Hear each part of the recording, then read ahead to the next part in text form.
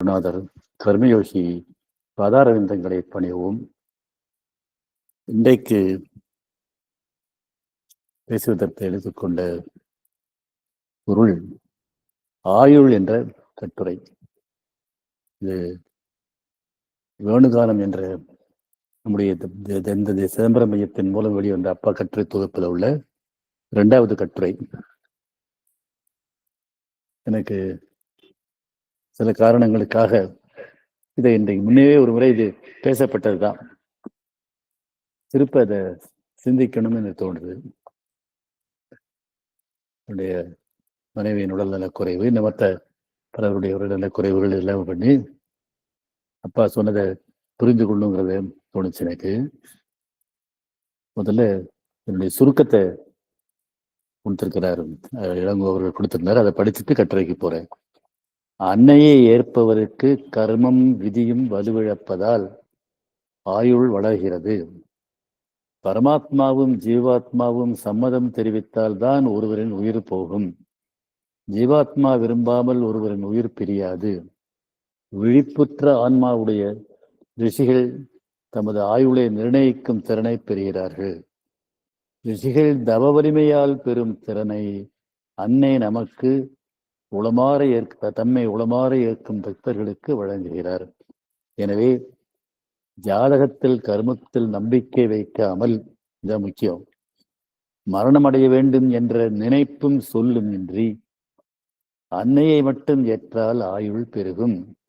இவ்வாறு அருள் செயல்பட அன்னை தவிர பிற தெய்வங்களின் பிரசாதங்களையும் விலக்கி ஆபத்தான சூழலை கொணர்பவர்கள் அவர்கள் அன்னை பக்தர்களேயானாலும் அவர்களை தொடர்பையும் அவர்கள் சார்ந்தவர்கள் தொடர்பையும் விலக்க வேண்டும். அவ்வாறு செய்தால் மரணப்படுக்கையில் உள்ளவரும் உயிர் பிழைப்பார். இது சுருக்கம். பணம் இருந்தால் ஒரு செழிப்பு ஏற்படுகிறது, படிப்பு தெளிவை தருகிறது. இது காரணகாரிய சொல்றாரு.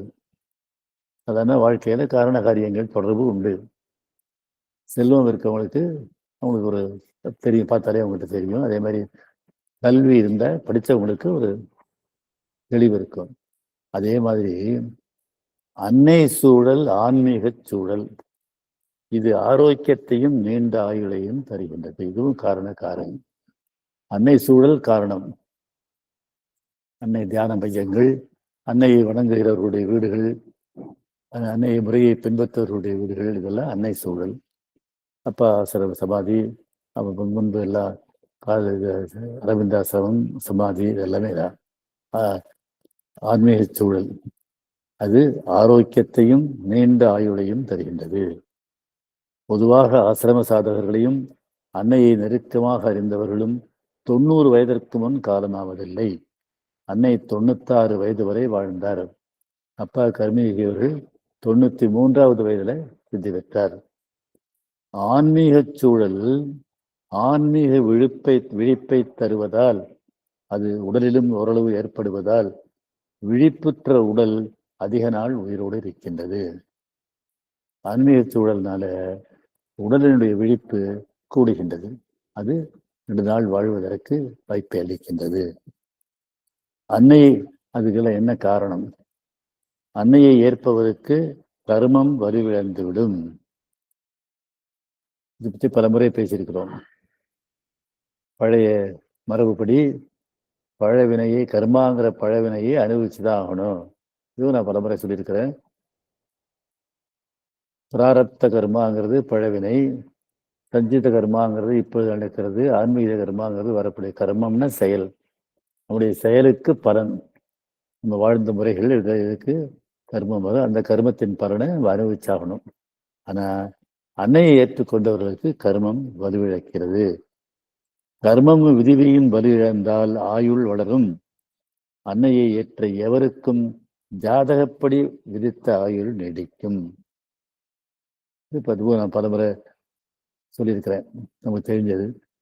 டாக்டர் பெங்களூர் டாக்டர் அவர்கள் 3 முறை அன்னையால் காப்பாற்றப்பட்டதை சொல்லியிருக்கிறனால நலமாக இருக்கிறார். அவர் இன்னும் வருகின்ற அந்த 3வது முறையும் காப்பாற்றப்பட்ட பொழுது அவருடைய மகனுடைய ஜாதகத்தை பார்த்த பொழுது முதல் முறை ஆக்சிடென்ட் ஆகி அவர் ஆபத்து நேர்ந்த பொழுதே முதல் பையன் மூத்த பையனுக்கு கர்ம திசை, அதாவது பெற்றோர் யாரோ ஒருவர் இறந்து அவருக்கு காரியம் செய்கின்ற திசை இருந்ததை கண்டுபிடித்திருக்கின்றார்கள், கண்டார்கள். அதனால அன்னையை ஏற்றால் கர்மம் வலுவிழக்கும், ஜாதகத்தில் உள்ளது பலிக்காது. ஆனா ரொம்ப முக்கியம், ஜாதகத்தை நம்பினா ஜாதகம் பலிக்கும், அன்னையை நம்பினா அன்னை பலிப்பாங்க. அதுதான் முக்கியம். நம்பிக்கை அன்னை மேல் மட்டும் இருக்க வேண்டும். அன்னையை அறிந்த ஒருவர் அவரை பற்றி கேள்விப்பட்டு முன் தம் வாழ்வை நினைத்து பார்த்தால் வருவதற்கு ஓரிரு ஆண்டுகளுக்கு முன்பே அருள் செயல்பட ஆரம்பித்தது தெரியும். அன்னைகிட்ட வரப்போறோங்கிற நிலைமையிலேயே அருள் செயல்படும்.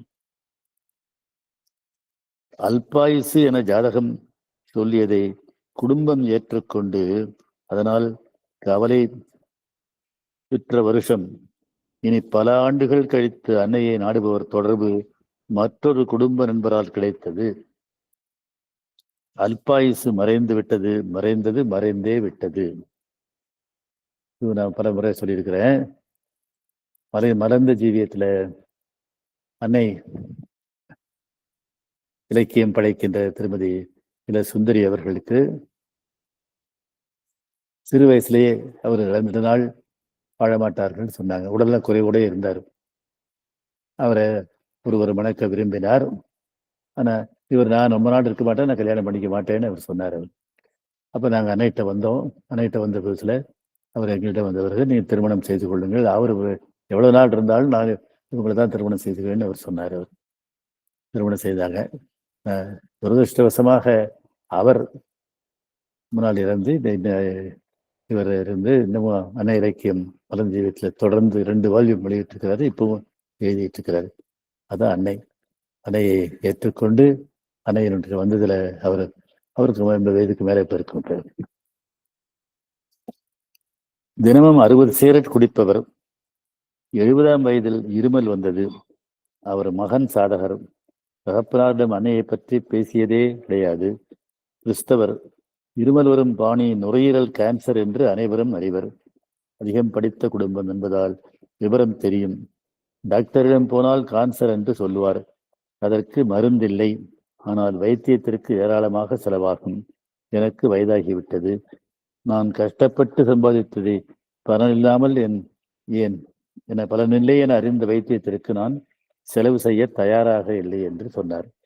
அவரே எனக்கு கேன்சர் வந்துட்டு எனக்கு அனாவசியமா பணத்தை விலகு பண்ண வேண்டாம்னு அவர் நினைக்கிறார். டாக்டரிடம் போக சம்மதிக்கவில்லை. மகனுக்கு தெரியும் இது குணமாகும் என்று. மேலும் அன்னை மீது நம்பிக்கை இல்லாதவருக்கு தகப்பனார் ஆனாலும் பிரார்த்தனை செய்தால் செய்பவருக்கு கேன்சர் வரும். தகப்பனாருக்கு குணமாகும் என தெரிவதால் அவர் நிலை தர்மசங்கடமாயிற்று. தகப்பனாரிடம் சொல்ல முடியாது. அவர்கிட்ட வற்புறுத்தி அவர் நம்பிக்கை இல்லை, சொல்ல பிரியப்படவில்லை. இவர் நிலையையும் இவருடைய ஆழ்ந்த பக்தியையும் அறிந்தவர். இந்த தர்மசங்கடம் உண்மைதான்.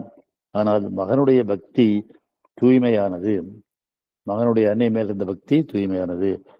அதை மீறி கேன்சர் தகப்பனாருக்கு வராது என்று நம்பினார். கேன்சர் டெஸ்ட் பண்ணவே இல்லை. அவர் விரும்பல. கேன்சரா தான் இருக்கும்னு அவராகவே முடிவு பண்ணிட்டார். மகன் பேசவே இடம் தரவில்லை. இதெல்லாம் அவரவர் விஷயம், யாரும் இதில் தலையிட வேண்டாம் என்று அன்னை அன்பர்கிட்ட சொல்லிட்டாரு. தகப்பனார் பெயரை ஒரு சிறு அட்டையில் எழுதி அன்னை படத்தின் முன் தியான அறையில் மகன் அறியாமல் அடுத்தவர் வைத்தார். இருமல் நின்றுவிட்டது. இன்று 12 வருஷமாக இருமலை காணும். ஆயுள் பலம் பெற்றது. அது கேன்சர் இல்லாம சாதாரண இருமலா இருந்து அவர் நலம் பெற்றார். 9 வயது முதல் இன்று உயிர் போகும் என்று அடிக்கடி ஒருவருக்கு தோன்றும். 5 வயது முதல் இன்றே உயிர் போகும் என்று ஒருவருக்கு அடிக்கடி தோன்றும். அதனால் கோயிலுக்கு போக ஆரம்பித்தார். தமிழ்நாட்டில் உள்ள எல்லா பெரிய கோயில்களும் போனவன் அடுத்த மாநிலங்களில் கோயில்களை தேடி காதில் விழுந்த செய்தியுள்ள மாநிலங்களில் வேலை தேடினார். அப்படியே அஸ்ஸாம் காஷ்மீருக்கும் போனார். ஒரு டூரில் வந்த பொழுது ஆசிரமத்துக்கு சமாதியில் அவருக்கு இத்தனை நாள் இல்லாத நம்பிக்கை பிறந்தது. காஷ்மீரிலிருந்து தமிழ்நாட்டுக்கு வேலை தேடி வந்து மாதம் ஒரு முறை சமாதிக்கு வந்தார். பயம் 90% குறைந்தது. பிறகு பக்தர் ஒருவர் பரிச்சயமானார். அவர் தொடர்பு மீறி 10%ஐயும் அடியோடு எடுத்து விட்டது. இவர் பயம் இவருக்கு மட்டுமே தெரியும், எவரிடமும் சொல்வதில்லை. ஆசிரமத்தில் ஈடுபாடும் இல்லை. பக்தரை வாரம் ஒரு முறை பார்க்காவிட்டால் பயம் மீண்டும் வரும் என்ற பயம். அந்த பயம் அடியோடு போயிற்று. ஆசிரமம் மறந்து போய்விட்டது. ஓய்வு பெற்று இன்று 10 வருஷம் ஆகிறது. உயிர் போகும் என்ற நிலை மாறிவிட்டது. இது அவருடைய நேரடி தொடர்பு இல்லாம அன்னை அன்பரோட தொடர்புடையே இது நடந்தது. ஒருவர் உயிர் போக 2 நிபந்தனைகள் உள்ளன. இது பொது தத்துவம்.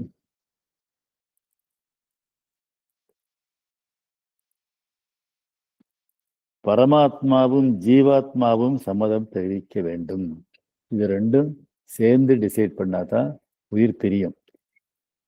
ஜீவாத்மா போக விரும்பலைனாலும் பரமாத்மா விரும்பலைனாலும் உயிர் போகாது.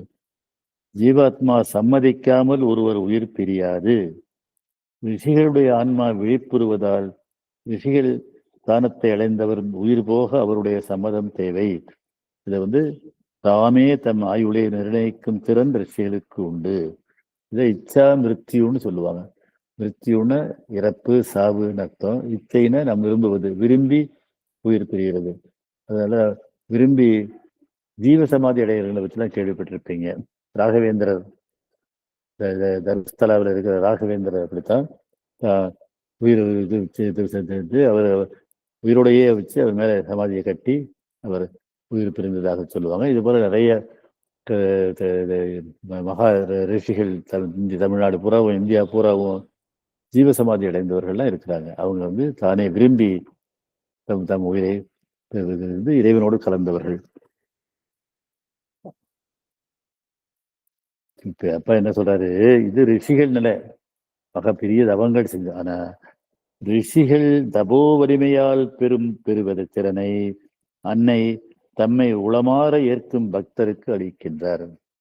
ஏன்னா அன்னை பராசக்தியினுடைய அவதாரம், யூனிவர்சல் கான்சியஸ் ஃபோர்ஸ், இந்த பிரபஞ்சத்தை இயக்குகின்ற சக்தி, யூனிவர்சல் கான்சியஸ் சோர்ஸ் ஆன பிரபஞ்சத்தின் மூலமான பரபிரம்மத்தின் இயங்கு சக்தி. ஆகையினால அவங்க எல்லாருக்கும் அதை கொடுக்குறாங்க, அன்பர்களுக்கே கொடுக்குறாங்க.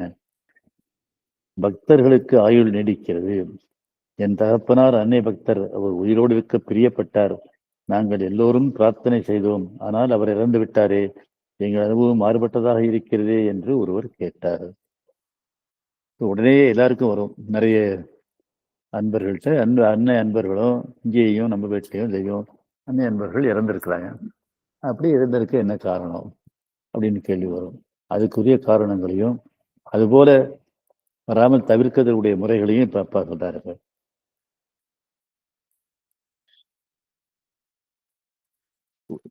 இறந்தவர் பக்தர் என்பது உண்மை. நான் சீக்கிரம் போக வேண்டும் என்று அடிக்கடி கூறுவது உண்டு. அப்படி சொன்னாக்கா அது பாதிக்கும். முதலே சொல்லியாச்சு, ஜீவாத்மாவும் பரமாத்மாவும் சேர்ந்து முடிவெடுக்கணும். இவருக்கு முடிவு வந்தா இவருடைய ஜீவாத்மாவை அது பாதிக்காது. நான் சீக்கிரம் போக வேண்டும் என்று அவர் அடிக்கடி கூறுவது உண்டு. அவருக்கு முன்போகம் என்பதால் அந்த வீட்டில் இந்த கிழம் ஏன் இன்னும் இருக்கிறது, போய் தொலையக்கூடாதா என்ற குரல் கேட்பது வழக்கம். அதுவும் இருக்கும். இருந்துகிட்டு சுற்றி இருக்கிறவங்களை எல்லாம் தொந்தரவு கொடுத்துட்டே இருப்பாங்க. அப்ப அவங்க இருக்கிறவனும் நினைக்காம போனா போகுதுன்னு நினைக்கிற சுற்றி இருக்கிறவங்க நினைச்சானே அதுவும் பாதிப்பு இருக்கும். அப்படிலாம் இருக்கிறதுனாலதான் அன்னையை மீறி உயிர் பிரிகிறதுங்கிறது இங்கே பாதிப்பு.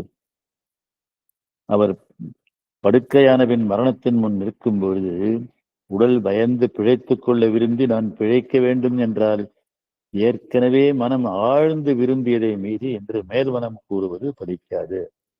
போயிடணும்னு சொல்லி ஆழ்மனத்துல பதிஞ்சு போயிருக்குது. இப்ப உடம்பு கடைசியில் மாற்றி பேசினாக்கா அது பலிக்காது. மரணப்படுக்கையில் இருப்பவர் அன்னை அருளால் உயிர் பிழைப்பது நிச்சயம். அது நடக்க வேண்டிய நிபந்தனைகள்.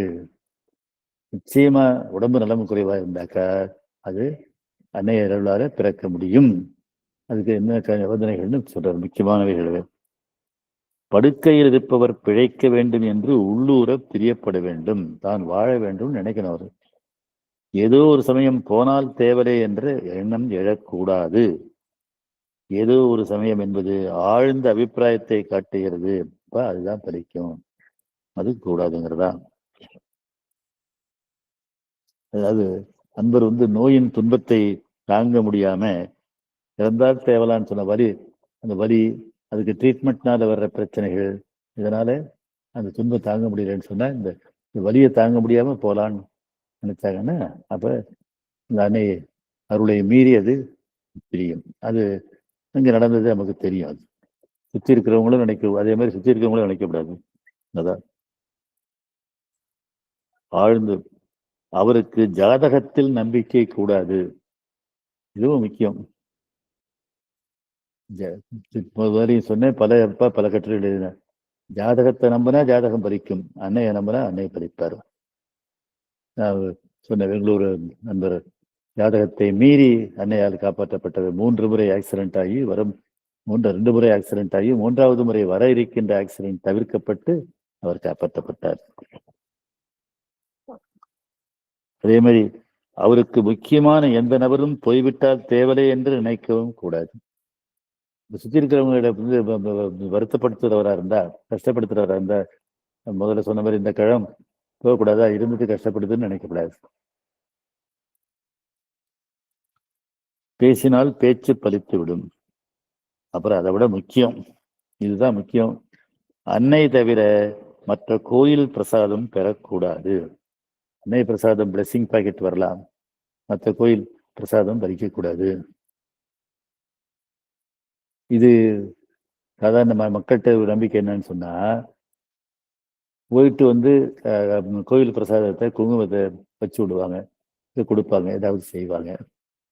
அது பாதிக்கும். அது கூடவே கூடாது.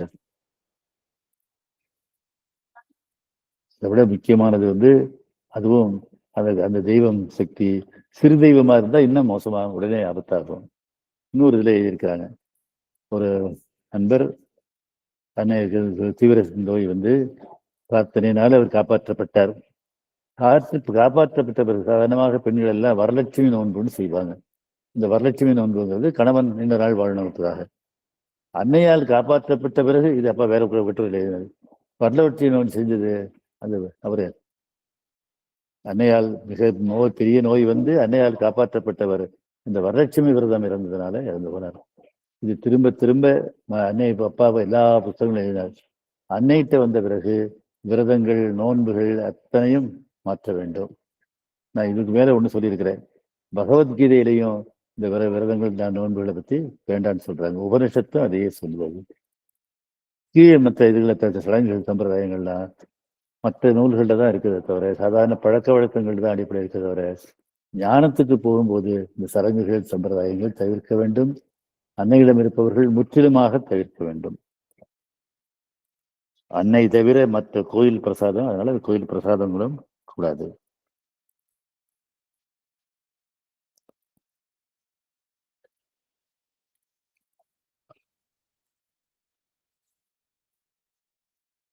அன்னை பக்தர்களானாலும் ஆபத்தான சூழலை தாங்கி வருபவர்கள், அவர்களை சார்ந்தவர் தொடர்பு கூடாது.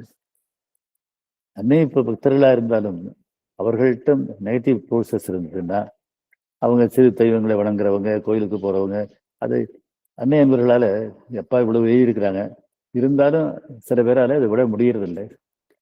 இல்லை அவங்க குடும்பத்தில் இருக்கிறவங்க அதை வற்புறுத்துவாங்க, கோயிலா போகணும் போவாங்க. அப்ப அவர்கள் அந்த நெகட்டிவ் ஃபோர்ஸை தாங்கி வர்றாங்க, அவங்களோட தொடர்பு கூடவே கூடாது.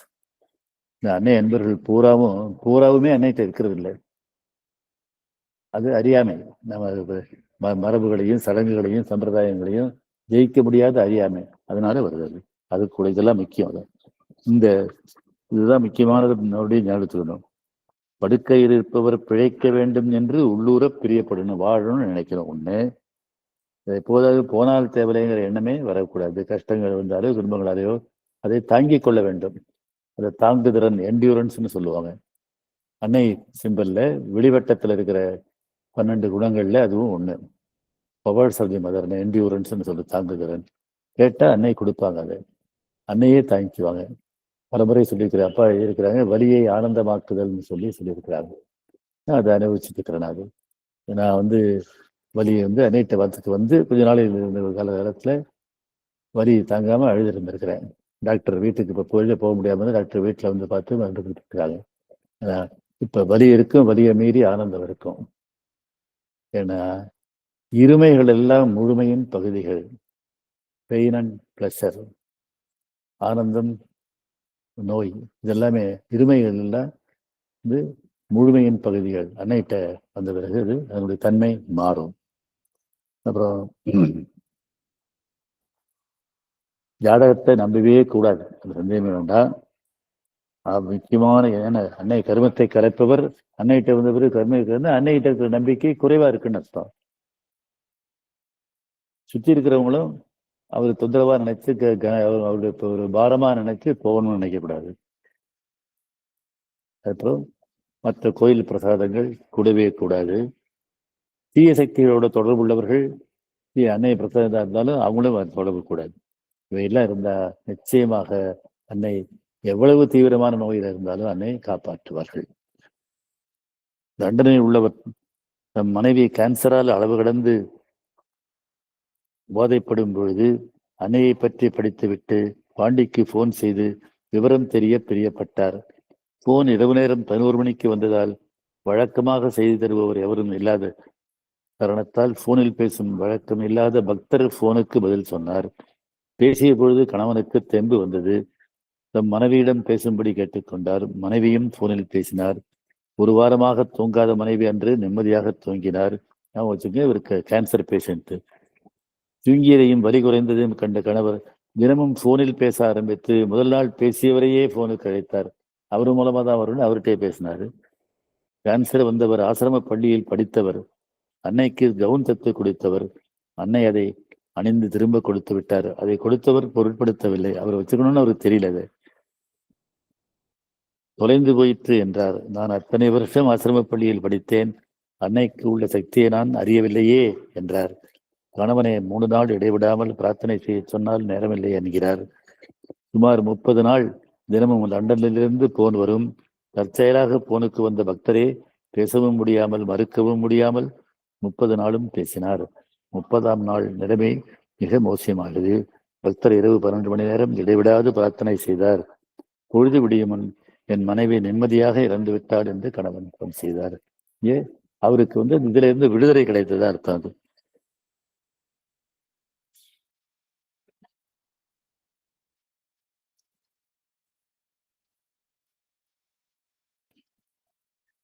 பிறகு கணவன் புதுவை வந்தார்.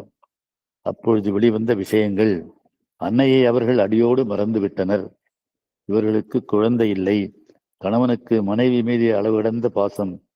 மனைவியை இந்தியாவுக்கு கொண்டு வந்து தகனம் செய்து மாதந்தோறும் மயானத்திற்கு போய் வருவார்.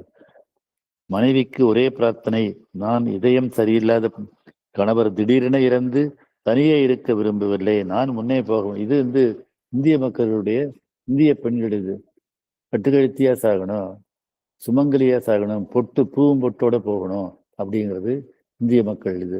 அதனால கணவனுக்கு சீக்கிரம் போயிட்டாருன்னா அவருக்கு முன்னாடி தான் போயிடணும் அப்படின்னு நினைக்கிறது இந்த இந்திய மரபினுடைய இது. இதெல்லாம் இருந்தனாலதான் அவர் அந்த கணவனை மனைவி உயிர் பிழைக்க வேண்டும் என்பதில் தீவிரம். இவர் காப்பாற்றணும்னு நினைக்கிறார். ரெண்டுக்கும் கிளாஷ் வந்துட்டு. மனைவியினுடைய விருப்பத்திற்கும் கணவனுடைய விருப்பத்திற்கும் இடையிலே முரண் வந்ததுனால அது பாதிக்கப்பட்டது. கேன்சர் வந்தவர்கள் படும் அவதியைப்பட்ட மனைவிக்கு புதுமை தொடர்பு கிடைத்தவன் வேதனை குறைய ஆரம்பித்து முடிவில் வலியின்றி அவர் உயிர் பிரிந்தது. இது ரிலீஃப். இப்ப இந்த உடம்பு பிரிந்து அடுத்த உடம்புக்கு போகிற தேவை ஏற்பட்டதுனால அதுவும் முக்கியம். உறங்குவது போலும் சாக்காடு, உறங்கி விழிப்பது போலும் பிறப்பு. திருக்குறள். உடம்பை ஒழிய புட்பரந்தற்றே உடம்போடு உயிருடைய நட்பு. முட்டையிலேருந்து புல் பறந்து பறந்து போன மாதிரி உடம்புக்கும் உயிருக்கும் நட்புன்னு வள்ளுவர் சொல்றாரு. ஆத்மா உடம்புக்குள் இருப்பது ஆத்மா. அந்த ஆத்மாவை தாங்குற உடம்பு அந்த ஆத்மாவை தாங்கக்கூடிய நிலையிலிருந்து சரிந்து போகும் பொழுது அந்த வீடு அந்த உடல் பயன்படாமல் இருக்கிறதுனால அப்ப பிரிந்து போக நேர்கின்றது. தாம் இறந்து போக ஆசைப்பட்ட பின் அவர் உயிர் பிழைத்து பிரிந்து இயற்கை. இந்த இடத்துல மனைவி கணவனுக்கு முன் போக வேண்டும் என விரும்பியதனால அது அன்னைகிட்ட இருந்த பிறகும் அன்னை பிரார்த்தனை மீறியும் அவர் இறந்தாருங்கிறதா இங்க பாயிண்ட். அது மனைவியின் ஆசையை மீறி கணவனுடைய பிரார்த்தனையோ மற்றவர் பிரார்த்தனையோ பலிக்காது. அதனாலதான் அங்க இது ஒரு ஆய்வு அவரு இறந்தாரு. 81ஆம் வயதில் ஸ்ட்ரோக் வந்து பிரார்த்தனையால் பிழைத்தெழுந்து 94 வயது வரை இருந்த பொழுது ஏற்கனவே பிழைக்க பிரார்த்தனை செய்த குடும்பம் அவர் போக பிரார்த்தனை செய்தது. பிரார்த்தனையில் வந்துட்டாரு. ஆனா அவரால் தொந்தரவா இருக்கு. அவர் வந்து டாமினேட் பண்ற டைப்பா இருக்கலாம், அதிகாரம் பண்றவரா இருக்கலாம், தொந்தரவு கொடுக்குறவங்களா இருப்பா. அப்ப குடும்பமே அவர் போகட்டும்னு நினைக்கும். தரிசன நாளன்று உயிர் பிரிய பலர் விழைவதால் சமீப காலமாக தரிசன நாளன்று 90-95 வயதுக்கு மேற்பட்ட வயதானவர்கள் 3-4 பேர் அன்னையின் திருவடியை அடைகின்றனர். அது அது அந்த தீவிர பக்தர்கள் வந்து வயசாகி வந்து வரும்போது நம்ம உயிர் நிச்சயமா பிரிய போது அது தரிசன நாளில் நடக்கணும். அன்னை பிறந்த நாள்லையோ பகவான் பிறந்த நாள்லையோ மற்ற ஏதோ ஒரு அப்படி நடக்கும் போது அது நடக்குது. இங்கேயும் என்ன அவர்களுடைய விருப்பம் நிறைவேறுகின்றது. பொதுவாக மரணப்படுக்கையில் பிரார்த்தனையால் தம் பிரார்த்தனை அல்லது பிற பிரார்த்தனையால் பிழைத்தவர் நெடுநாள் உயிரோடு இருப்பது வழக்கம். இதுவும் அப்பா இது மாதிரி நிறைய வேற இந்த கட்டுரையிலாம் வேற கட்டுரைகள்லேயும் நிறைய இருக்கிறாரு. வீடு கட்டணும்னு நினைச்சிட்டு இருந்தாரு. வீடு கட்ட முடியுங்கிற மகன் இது பண்ணி அதுக்காக வீடு கட்டுற வேலைகளை செய்ய ஆரம்பிச்சதும் உடல்ல தான் இருந்தவர் படிச்சுக்கிட்டு 2 நாள் இருந்தாருன்னு ஒன்று அப்பா வேற ஒரு கட்டுரை இருக்கிறாரு. அன்னையை சிறு வயதில் தரிசனம் செய்து மறந்தவர் பிற்காலத்தில் ஆபத்திற்கு உட்பட்ட பொழுது சிறுவயது தரிசனம் கனவில் வந்து உயிர் பிழைத்தார். அன்னையை பிழைச்சிட்டாரு, மறந்துட்டாரு, அன்னையை விட்டுட்டாரு. இருந்தாலும் ஆபத்து வந்த பொழுது அவர் கனவுல அவர் தரிசித்த அன்னையை தோன்றினார், அதனால் பிழைத்தார். 24ஆம் வயது, 45ஆம் வயது, 60ஆம் வயது ஆகிய நேரங்களில் சொந்தமாக நம்பிக்கை இல்லாதவர் முதலில் பிளெஸிங் பேக்கெட்டாலும் அடுத்தாற்போல் குடும்ப பிரார்த்தனையாலும் முடிவாக அன்னையர் ஒருவர் பிரார்த்தனையினாலும் கைவிடப்பட்ட பின் பிழைத்தெழுந்தார். அன்னை நீண்ட ஆயுளை தருகின்றார். நிச்சயமாக அன்னை ஏற்றுக்கொண்டவர்களுக்கு நீண்ட ஆயுள் வரும். தீராத நோய்கள் வந்தாலும் தீரும். ஆனா அந்த அவை அன்னை பலிப்பதற்குரிய சூழல்களை நாம் உருவாக்க வேண்டும்.